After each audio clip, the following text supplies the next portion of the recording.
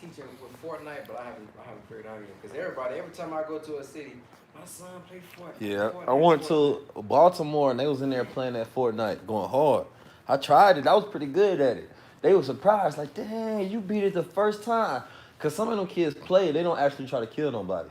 They just be playing. And I went to the war zone and I killed like 4 people and I won the round. They were surprised. I was going hard. Jabril. What? I just don't believe you won around, bro. My word is bond, I won the round. I got the kids to prove Bro, it. you won around 50-50, or you won around one versus all? One versus all, brother. No, yeah. So what is it? It's a fighting game, shooting game? It's a shooting game. It's called a battle royale game. So Yeah, and I went hard. You done. You know what I'm saying? Peace and blessings, collective Ain't mind. no revives and none of that. I'm gonna have a nice little YouTube. So what I'm doing right now, y'all, I'm teaching y'all something because this is just vlogging, right? So I get to make money off the conversations I have. Imagine if I had 1 million people in here. So I get to make a little money off just sitting here chilling. And that's what I'm trying to do right now. Let me see if I can stream this to like He must be thinking because he got one of them old headphones now. So on a helicopter, you wasn't and then paying, you fall down. But you was probably paying a mode to where it was easy. You No, it was on difficult. I was just good. But you didn't win, bro. That's what I did win. You must not have won before, so you think it's impossible because I've done something that you can't. Bro. I would tell you. Yeah, man, I was born in St. Louis. That's where, I first got arrested. That was when I was in the streets. You know what I'm saying? I was banging. Then I showed up to college with a red rag in my back pocket. I told y'all the story. I told them the story of when I was in college. I'm gonna tell you the story. This story funny. I was in college, and I told this story before. I showed up to my dorm room, and and I had registered late. So when you register late, you don't really get to choose your dorm room, and you know what I'm saying, they don't give you the best pick. So when I got there, I walked in, and I seen pictures of my roommate, and my roommate, he had them Life Touch pictures. You know them Life Touch pictures you take in a little studio at at your school or at the mall. And he was posing in all his pictures like this. This was his pose. And I'm looking at his picture like, whoa, wait a minute. Why he posing like that? I'm trying to give him the benefit of the doubt because I'm like, maybe he just, grew up with women or something. And so when he came in at that night, he went to sleep. He went straight to sleep and he started snoring. And he was snoring loud. He was like, so I threw the pillow at him. You know what I mean? Because I'm coming straight from the streets. I didn't care who he was. I just threw the pillow. I said, you got to wait till I go to sleep to go to sleep. You know what I mean? That's the only way. If you go to sleep after me, then you can go to sleep. I was dead serious because I just came from the streets, was banging. So what ended up happening was, I ain't really talked to him that much because I didn't know if the dude was gay or not. So I remember one day me and the partners was kicking it in the room, much like we are right now. We kicking it, we having a good time, we laughing, not sure what we was talking about. And he walked in the room and he had a platter. And on his plate, he walked in and he said, y'all want some chicken and cookies? And I said, what? I said, what? Me and all my partners got dead silent for a second and we looked at each other and just started dying laughing. And then after that, I had to pull a man to man or man to whatever he was. And I said, bruh, you got to move out. You know what I'm saying? Like I told him man to man, I said, you got to move out. I can't stay with you here. And he went in and found the paperwork to move out. He moved out that same day. He didn't come back to the room. They gave him a new room and he relocated. Because I looked at it like this. The reason you have separate dorm rooms between men and women is that you're attracted to the opposite sex and it makes it uncomfortable. So if it's a man who's possibly attracted to the same sex, it'd be uncomfortable for me in my living quarters. So I said, nah, this ain't about to happen. You know what I'm saying? And he ended up getting kicked out of the dorm room. And my reputation in college was, you know what I'm saying, that I banged on my roommate. But of course the ladies liked it and things of that nature. So I also benefited from, that masculine reputation that I upheld after that. But I just remember that very vividly. Your boy came in there, offered us some chicken and cookies. But he said it like, chicken and cookies. And I'm like, what? It's a real true story. I promise. This is what I'm going to do. Watch here. Call Steve. He'll tell you the same exact story, the same way I tell. Steve is locked up. What? Yes, bro. You didn't know that. He locked up, man. He was in St. Louis and I don't know, he got locked up. Since you staying out there too long. Somebody can go there. Can't go to St. Louis for too long, man. Can't be out there too long. Eventually, some go. What did he get locked up for? I don't even know. Yeah. I hate to hear that crap, man.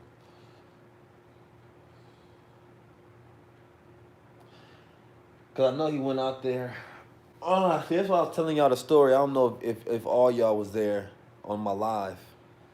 I'm telling the story of my homie who died last time in St. Louis.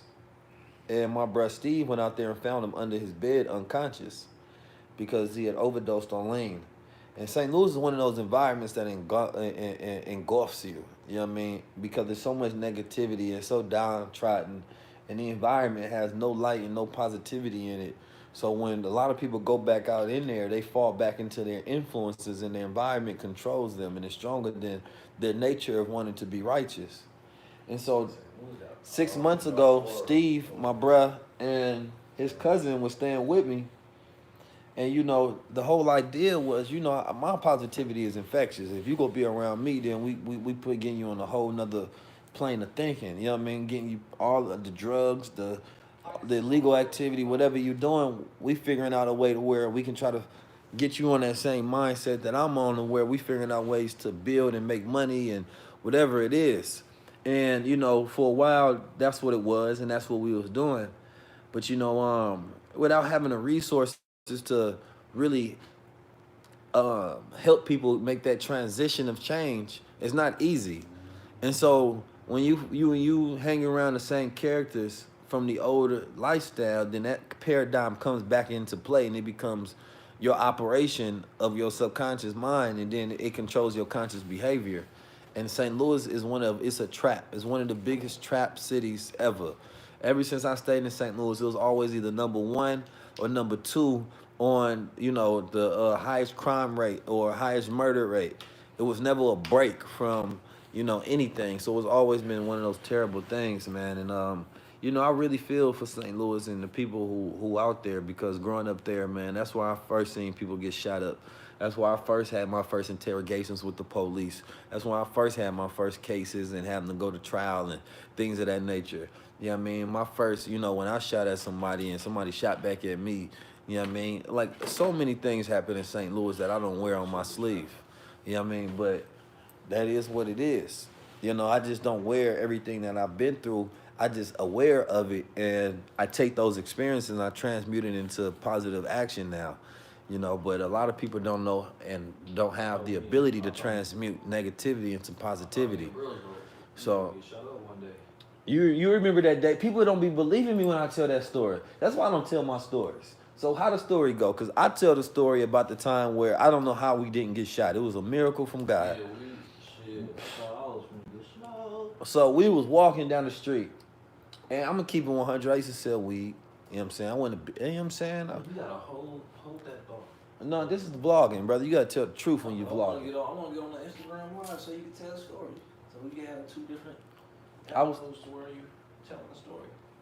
Well, you gotta hurry up because I'm ready to get this. The people ready for this story. If y'all ready for this story, click the like button. Because I got 0 likes on here right now, and I got some people in here. So if y'all ready for this story, click that like button. I'm not sure if I can see it in real time if y'all click it and it goes up, though. But you gotta hurry up, Bashir. All right, you live? So look, okay, we got somebody click the like button. That's what I'm talking about. So look, we was walking down the street, and I'm gonna tell this story professional. So I had a scheduled appointment to sell, you know, some green narcotics to an individual, some herb, you know, to someone who, you know, wanted to get them a couple of ounces. And, you know, we had a scheduled meetup and location, and I was going to make sure I made this appointment. I'm stickler for time. So I said, let's meet up right there on the corner.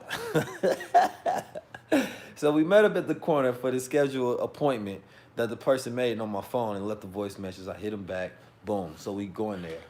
So we get to the location, and I give him the weed, he gives me the money, right? So I get the money, and some local neighborhood gangsters, thugs, niggas, whatever they may have been, they pulled up on the side of us. They was maybe about, you see about where BrotherBenX is from me? They was about that close.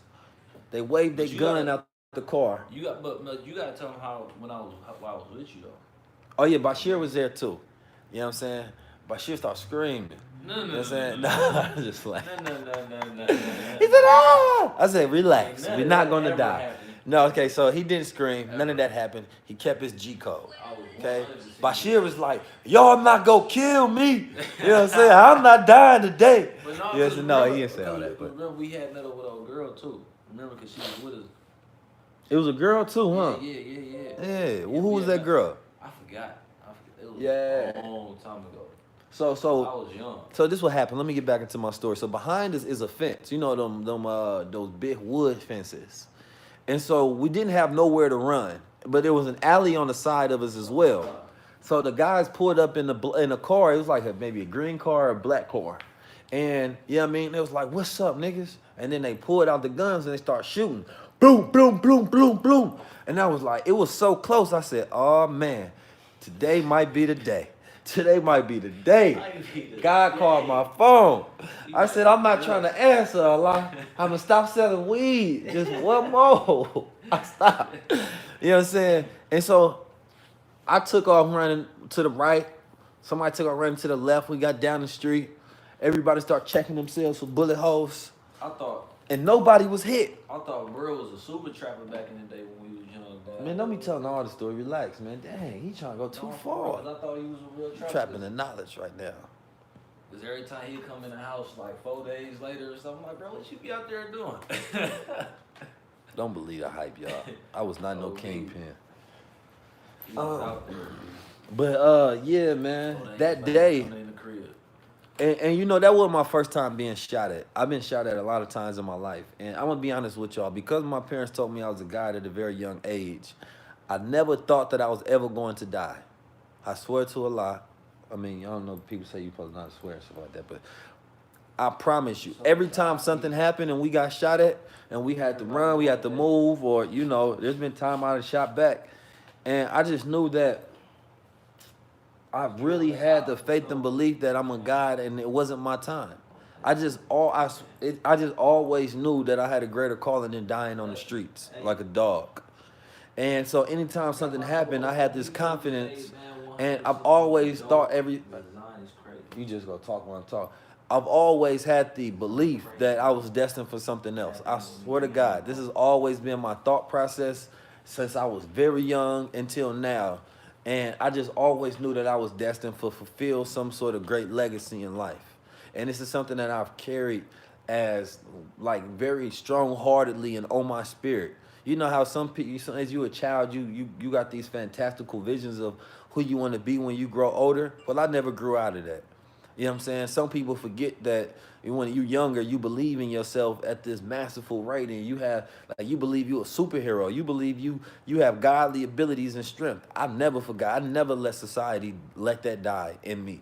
So anytime something negative would happen, I always knew that this is not my time. This is not my destiny. I knew I was destined for something greater than what was currently going on.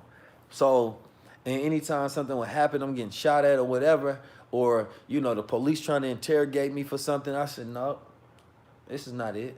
Nah, I'm gonna wiggle out this situation. I'm gonna get out this situation. I'm gonna use my intelligence, and I'll always say, what would God do? That was always my thought, because I think, like, man, if Master Muhammad was in this same situation, he can figure out a way to get out of it. So all I need to do is try to figure out what will Master Muhammad do. And I knew that just by me thinking in that frame of thought, it changes my pattern of thinking. Because now I'm trying to put myself in a place of somebody who knows more than me, who's smarter than me. Because if I only use what I know got me in a situation. So that means I need to figure out how I can go further. So no, you know, the story always got keys in it. That's why, man. So the story, you know, we got shot at. I still don't know to this day how none of us got shot. It was so close. I can't figure it out. It was one of those miracles, you know. And they say the miracle of the Quran is the number 19. Over it or 19. That's the Quranic code. So I think we was protected that day. And I just think that Allah, man, when you destined for something, regardless of anybody that try to interrupt your destiny, that there's a protective field that's so powerful that you will meet your destiny, regardless of what happened. So, you know, I done been in countless of fights. I done been in over hundreds of fights in my life. If you look at my knuckles, man, they filled with scars, filled with them. You know what I mean? Because there's just times where growing up in neighborhoods where, you know, we just had to fight.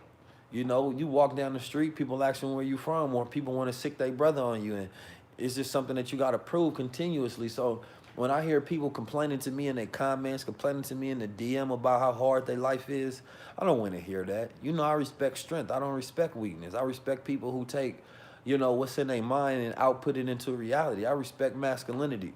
I grew up where my babysitter was a killer. You know what I mean? Thomas, the first time I really encountered death is when my pops had us being babysitted by one of his friends. His friend's name was Thomas. And Thomas took us out to the park. We kicked it. We had the good day. He bought us the Chico sticks and everything when you used to eat when you was a kid. Thomas was cool as hell. And then later that day, he dropped us off to my pops at the crib. And I remember that night we was watching the news. And Thomas had like a 9mm in his backpack, and he was crossing the bridge. And I remember he died in, you know, a shootout with the police. And that was the first time where I started to understand the concept of what death was. And Thomas was dead. We didn't even go to his funeral. It was just one of those things that I knew about. But Thomas, obviously, I think he was wanted, or he had some mental things going on, or whatever it may have been. But it was just something that always stuck with me as a little boy, you know what I mean? And understanding, you know, death and understanding the quality of men that I was hanging around, because in the paradigm that I grew up with, you know, the FOI was feared in the streets. We would make a phone call, right? So let's say something that happened on the block. We would make a phone call, and, you know, we wouldn't have to say too much. We'd drop our location and we'd call fruit. Fruit means, you know, that's the fruit call is what we called it. And that means that everybody shows up to your location or what your particular emergency is, and they got your back. Yes, sir. So when we did those fruit calls, it got dangerous. Yes, sir. Walaikum salam. Hey, you have Airbnb right now? Yes, sir. I bet the rest. All right, so I'm thinking here, so if y'all be ready in about an hour, gonna come to y'all and go to Six Flags. Make that happen? Yes, sir. Okay, cool. So, all right, you'll be ready in about an hour. I'm gonna go ahead and change, take a shower, everything, and we're gonna come over and pick y'all. Are you staying here? I'm looking at it. When I get that, I'm gonna check. How long with it? Oh, we Well, got some. he don't have to, because I stayed. Yeah, we got some. I mean, it's a lot of room. Okay. Well, I'm gonna check when I get there. I'm gonna change everything. When you get that, I'm gonna go real quick. Okay, yeah, cause we were thinking about doing a couple skits. Yeah. Oh yeah, sorry, that was low. That's the element. What we have. I'm really excited. Yes, sir. Oh, and tell Keys, man, I never said that I know all the problems. Hey, that's what he told me. He said, bro, Hey, he said he gonna solve all the problems in Atlanta. Hey. Hey, you said that on the phone call. He said, yeah. We have many solutions to have many problems. Okay. Oh. But I don't know all the problems. I was like, no, I wouldn't even say that, but we're gonna get about an hour. Okay. All right. Oh, my bad. I thought the brother said he knew all the problems and had all the solutions. Okay, don't say it around me. I'm gonna hold you accountable. You tell me you got all the solutions. The people about to be saved. What's Captain Save a City? So yeah, man, we not playing right now though, man. Man, I ain't been to Six Flags since I was in. I don't even remember last time I went. So, Brother Ben, how you enjoying this trip so far? Man, you know, anytime I'm around the guys, man, I feel good, man. Having somebody on that same frequency and energy that can keep me inspired. You know I'm an introvert, so whenever I got somebody around me that just talking that game, So I'm just soaking it up. You know, just soaking it up. I was studying a little something about introverted personalities the other day. I think they call it INTJ. And introverts are mathematical thinkers, meaning that you don't have to give an introvert everything. But since they think mathematically, they're going to start connecting the dots. You understand? But when you're an introvert, the reason you can do that because mathematical thinking requires deep thinking. So when you spend time alone, it allows you to listen to your thoughts and go deeper into them and start to make connections because you have less distractions in your reality. So when I want to learn something new and I'm around a lot of people too much, I get frustrated. Like, it's too much. Like, I just need people. I just need to kick them out my energy. And then sometimes I might seem rude because people are like, you want to do this? And I just tell them, no, I need my time alone away from you. It's not that you just the problem. It's people in general. It's too much energy I soak up. And I just have to get away and I just have to learn.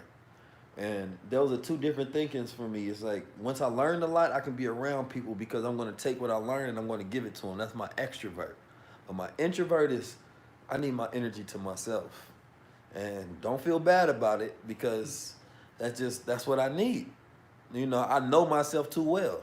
So, I'm an ambivert, though. I can be introverted and extroverted at times. But when my introvert kicks in, I listen to my mind and my body because it's telling me, okay, it's time for you to restore, recharge. I need to, where the hell my backpack, though? Oh, yeah, that's a good question. I hope they're going to be here before a reason, man. That's what I'm saying, man. The drinks. I need the backpack. I need about 50 sales, man. That's going to get me where I need to be. Man, Brother Ben just said he needs. See, look, we out here trying to figure out ways. Yeah, Look, anybody want to go and go to www.19keys.com? Hey, have you noticed that the link messes up sometimes? Yeah, it do. Like I have to delete a letter then add it back. Sometimes I have to delete the link, re-add it. I don't be knowing. My assistant be telling me. Yeah, it's weird. She was like, that's not working now. Look. I got the dad hats. I usually don't have the dad hats. The dad hats is nice. You know what I mean? The dad hats, you go wear it like that. Or you wear it like that if you want to be cool with it. Yeah. Let me see that. We got the new purples. Woo! They say the earth flat. What you think? You know, they can't say nothing because I don't know no astronaut that ever told me the earth was flat. So unless you're an astronaut, I don't really care what you think about the earth. Because, you know what I'm saying?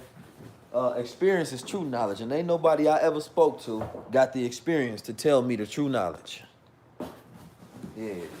Tell them Keys said that. Look. See how this works. I like these shirts. They should do that. My shit. I haven't made none of these in a long time. But yeah, man, the same thing the messenger say about astrology. He say it's guesswork. Astronomy not guesswork. Get somebody off of that. Ooh, I know you would have. I was like, boy, I know all the people that follow I had him. to delete it. I said, nah, this gonna be too tough. I was thinking that. I was like, this brother being bold. Did he just attack astrology during the Mercury retrograde? I said, that brother wild. Hey, look, I cut the comments off. They start going to other folks saying, oh, no, don't be doing all that. Cut the comments off, cussing me. I said, damn, let me go on the lead. I probably went too far. Ain't no way. I'm like, that's not, I ain't messing with the astrology. The message said like an old Muhammad speech. I've read that before, too. I said, damn, nah, this ain't the time to post this. This brother. Yeah, you be serious about the astrology. Ain't no way I'm about to attack nobody's astrology. Not during a retrograde? Once I learned what retrograde mean and they told me, I was like, oh no, see that's the retrograde is basically everybody's on their period. Men and women. That's what they saying. Everybody's on their period. Especially Mercury's retrograde. And see, look, he think he knows something. Especially Mercury's retrograde. What about, why can't nobody ever talk about Pluto's retrograde? Or Jupiter. Because that's the problem. People just be repeating each other. So what's the difference between astrology and astronomy? Astronomy the is... The said the Master Prophet Muhammad, the teachings is rooted in astronomy. Yeah, because it's based off the science of the planets, the facts of the planets. You know what I mean? The orbiting of the planets and things of that nature. So wouldn't that be, ain't that kind of like what's the difference? You know, it's I don't want to speak too much for it because I don't study it like that. But it's more so, you know, like studying the moon, right? You study the moon, then they can study the moon and they can calculate its effects that it's going to have on a woman's period based on, you know, the tides and things of that nature. But I think astrology more so goes with planetary signs, but it's not really backed by science, basically. It's not scientific. And when they say, you know, the retrograde and the planets are coming close to each other, they're not giving you the physics behind it. They're saying that, okay, now that they come close to each other, this has a pull on your atoms. This has a pull on your psychology. And they're not giving you the science behind it. They're just saying that one thing affects the other. So that's why he says it's more guesswork. But and it's funny because he was smart enough. He didn't say that it's complete BS. He was just saying that it's guesswork, and I think what he's saying is that it could be a science if people took it with a scientific method and they studied it and experimented with it. But a lot of it's guesswork because a lot of them, you know, they take and they pull sources from other places and then they attribute it to astrology. But it doesn't really have, there's no real father or mother of astrology to where you can point to this scientist studied it and this is the scientific study of astrology, and these are the test results. What I'm gonna do, I'm gonna just take what you just said and put that on my Instagram. No, leave me out of this. I'm not messing with the astrologists. It's the look. Y'all said it's the Mercury retrograde. I believe y'all. It's good. That's the one thing I'm not messing with is this, because everybody's an astrologist. So you gonna have Muslims after you, Christians, Buddhists. I ain't got time to be trying to fight all y'all. Like you Virgo, you this. Yeah. And you know, once I heard that okay, once you are stuck with your astrology sign, it means that you're uncivilized. Cause think of it like this, right? So Process. Many of us. How do I do that? Us have. Bashir, I need to get a little charge.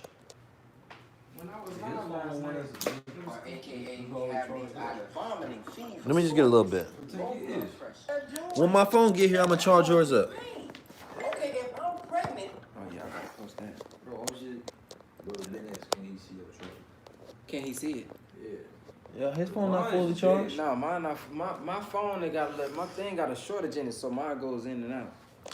Let me see. Somebody said they had the pause that they was doing to watch this. So Brother Ben, you got to give them some stuff to see what's going on. This is behind the scenes. Well, see, basically what's going on behind the scenes, you're looking at you're looking at two scientists putting together experiments. See, so every time I make a video, to me, I'm putting out a new experiment.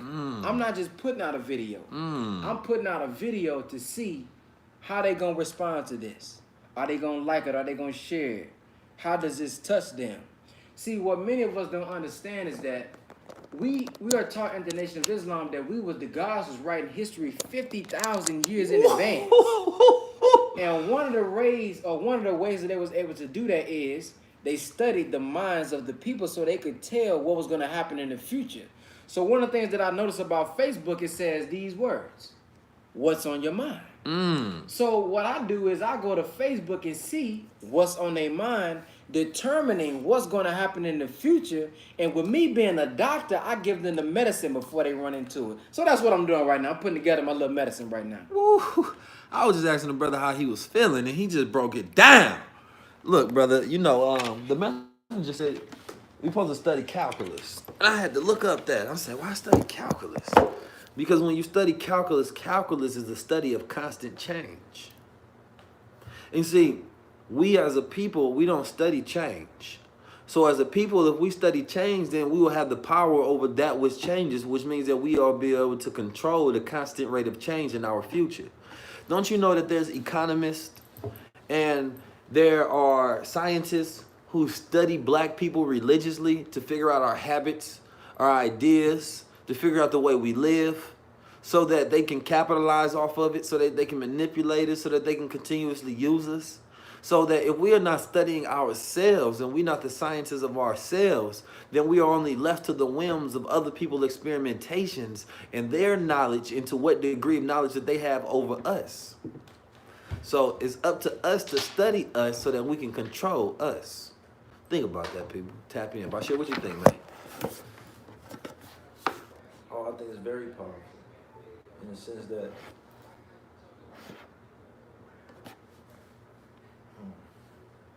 I'm just thinking about that. You ain't gotta say nothing deep if you ain't got nothing deep on your mind. I really got nothing deep in my mind because I was talking about something else. But to go back to what you were saying, though, because you was about to bring up this point that you was about to say earlier on how what you was about to say. Time is the measurement of motion. No. You said something when you was standing right here. You was about to say something, and I was about to chime in when you was about to say it. I forgot what you was getting into though. Me too. So look, man, we just here. We at the Airbnb right now. We in Atlanta. We just having a dialogue. This is just a little behind the scenes. I'm waiting for my backpack to come here so I can get a little work done on the computer. Then we gonna go out a little bit, have a little fun. You know what I mean? Because you have to have a work balance within your life. That's the only way you stay consistently and constantly recharged, you know, to do these efforts. Some people think that it's all serious. And that's going to lead you to an early death. Taking life serious every day. All right, y'all, I had Brother Reza call me and, you know, was giving me an update on the situation that we about to have commence in our activities. So, man, I thank y'all for tuning in, man. This is something I usually don't do. I don't even have my crown on. You know, I'm not afraid to show you different sides of myself, different characters. You know, whether, you know, it's being funny, whether I'm being serious, you know, whether I'm being smooth, whether I'm being a scholar, educator, just because it's real. Every person has different sides of themselves that represent who they are in totality. And these behind the scenes, you know, meeting with the guys, greeting the guys, putting things together is real, man. And you never know what story you might get out of me because I have a lot of stories to tell. But for me, you know, I just don't sell my past to profit off my present. You know, I more so work on my present so I can profit off my future. You know, that's the difference. Some people only have their past, so they tell you about everything that happened in their past so that they can sell you on their present. You know, so you see the value of who they are. But I believe what I'm doing right now is some of the most powerful things that I've done in life, which is helping people in a consistent manner, you know, and allowing them to make that change and that rhythm in their life to where they live on a different frequency.